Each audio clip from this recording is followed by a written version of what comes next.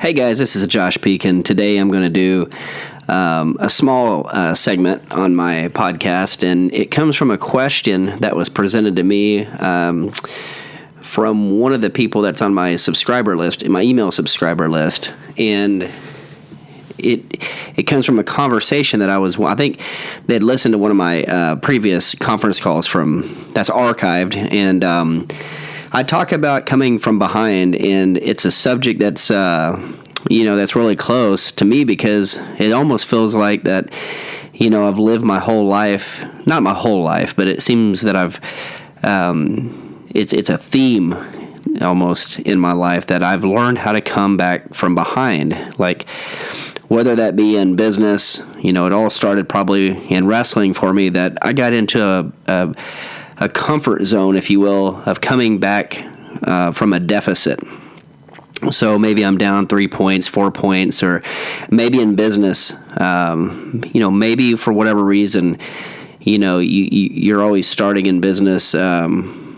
You've got to create momentum, but sometimes you do get behind.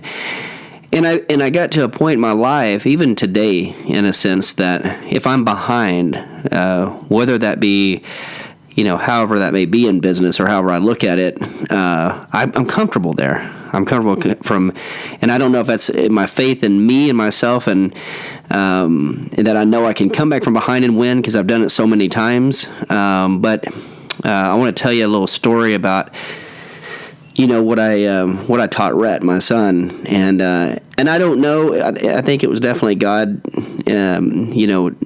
working through me on this, because I didn't do it on purpose necessarily. But when he was just a little guy, when he's just learning how to walk, I would wrestle with him. We'd start wrestling, and I'd always put him behind. Like, I'd always take him down, put him on his back, get 2 points and 3 back points, and so he always had to learn how to come back from behind to win. And he would get he'd get so frustrated. He'd get so upset, that when we first started doing that, and he sees eyes all water up, and he's getting emotional. But after a while, he started scoring points and taking me down, and then he'd win. And I'm rolling around him, showing him how to do all that. And then there'd be other times where he'd come all the way back, say it was down 5-0, then it'd become 5-5. Then I'd take him back down 7-5, and then we go into overtime. I'd put it into overtime, and then I'd take him down in overtime. And it would just devastate him. It would just absolutely devastate him. But it was teaching him a couple of things. It taught him, number one, stay calm when you're behind, get to your offense, and come back and find a way to win. And so I remember we were at a tournament. It was a state tournament, and actually before that there was a regional tournament. He got thrown in a headlock, was down 5-0 right off the bat with a really good kid. And we had just worked on a tilt where you can get back points, off of a cheap tilt. And so anyways, he gets on top and just tilt after tilt after tilt. The end of the match ends up being 15-5 was the final. I'll never forget it. And I was like, it's the first time I really had ever seen him come back from behind and just be ice cold. I mean, didn't even bother him. Well, then to go to a state tournament that I was getting ready to get to, that I was going to tell you about, and 0-0 going in the third, we're on top. That's kind of not where you want to be. And I remember a good friend of mine who was coaching him. It's like, do we want to cut him and give him a point and then take him down? I said, no, I'm comfortable with him riding. I think he can get a turn. He sticks the legs in, goes for a split, gets 3 back points, and the kid is screaming. They stop the match, give us 1 point because they had to stop it, and we end up winning that match 4-0. And a guy behind me goes, I have never seen it. He said he was so calm. It was just ice cold all the way through it. Well, it's the same way in business. I catch myself being that way, and I think it drives my wife crazy that, maybe I procrastinated. And you find yourself in a little bit of a hole, and you're going, okay, I got to dig myself out of this and get ahead, right? And I'm not talking financially. I'm just talking from a standpoint of being behind. She's a person that she has a to-do list and boom, gets it knocked out and doesn't sleep until she gets it knocked out, right? I'm the kind of guy that I get it knocked out, but there may be some times that, things get in the way, and so then I got to come back and win, and I'm real comfortable in that situation. So I guess I say all of that to say this right here, that my advice to my friend here who'd written me in this email, this question of, how do you deal with coming back from behind?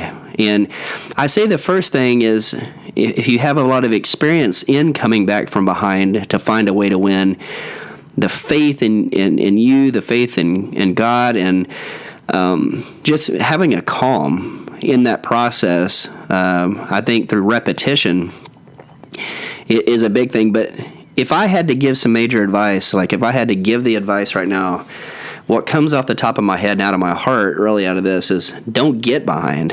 I mean, looking back through all the years that I've had to come back from behind, whether it be in wrestling and business or whatever, maybe you get overweight, right? You got to come back from behind. You've got to find a way to get your weight back down, get healthy, get into a state of optimal performance.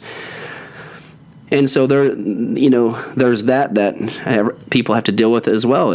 Eating too much, you're like, oh my gosh, it's like now I find myself 15, 20 pounds or whatever overweight, and I got to get my weight where it needs to be.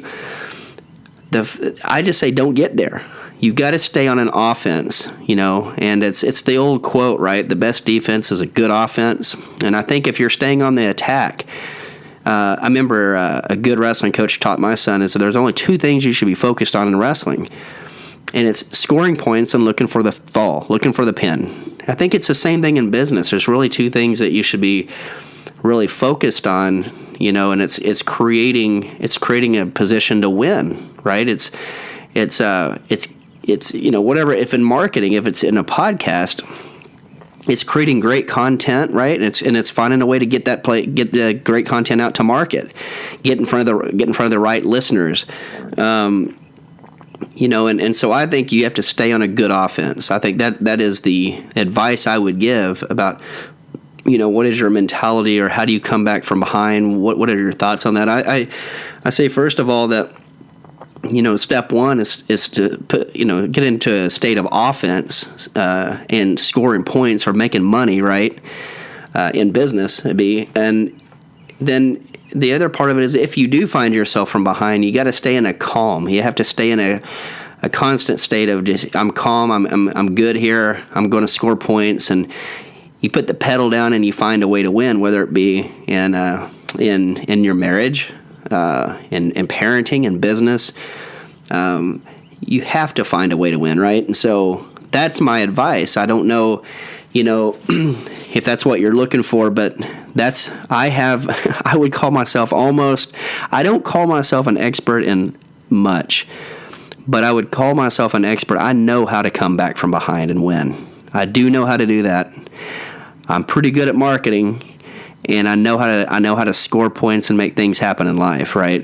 And I've had to come back a lot. And it's not, I don't think, if I was to give my opinion on it, it's not a place I think you want to get used to almost. It's a double-edged sword, right? You want to know what it feels like, and you got to know how to come back from behind. But at the same time, I don't think it's where it's not the ideal place to be. The ideal place to be is surplus, is to be ahead, and then. And then as you're ahead, you put the pedal down and you gain even more ground. You separate yourself from the competition. That's where I would say you really want to be. So I hope that may help you guys out. Hope it answers a question of the subscriber that sent this to me. And be looking for some more podcasts coming up. I have a guy I'm interviewing today who's a very successful entrepreneur, comes from the wrestling world. He's from here in Oklahoma, but he is uber successful when it comes to business. I think he's almost in semi-retirement right now. He's not too much older than me. He just moved to Florida to the beach and living a pretty good, relaxed lifestyle, if you will. But he's donated a lot to the wrestling community by way of time and money and resources. And so I'll be interviewing him later today and be looking for that to come out. So anyways, I appreciate your time. I'll be I'll be coming up with some more podcasts for you as well over the next couple weeks, and then we're going to do an official launch. We haven't really launched this podcast yet, although it's out in the search engines and it's on Spotify and iTunes and Google Podcast and that kind of thing. If you want to be on my subscriber list, I give tips, tricks, tools in business, and some really good advice. You'll go to joshpeak.com. I have a form code on there that you can fill out, and it's my newsletter. So I look forward to producing more content for you guys that help you out. If you have any questions, just email me or subscribe, and then it'll give you my email address. But you can find my email address on my website at joshpeak.com. Thank you.